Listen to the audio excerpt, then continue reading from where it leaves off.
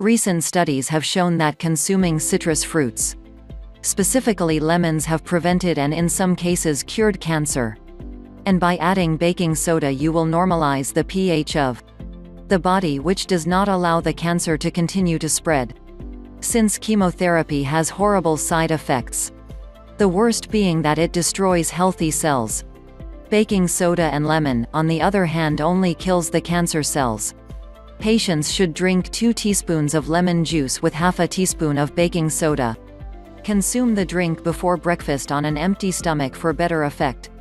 Please make sure to use organic lemons. Organic lemons are 100 times more effective than a lemon grown with chemical fertilizers and sprayed with chemicals. Lemon has already been proven to have strong anti-carcinogenic properties. In addition to this, there are many other useful properties. It also has a strong effect on cysts and tumors.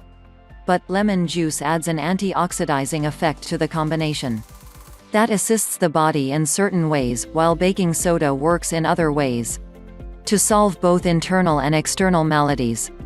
Take a look at the following video to see exactly what a lemon juice and baking soda combination can do for your health.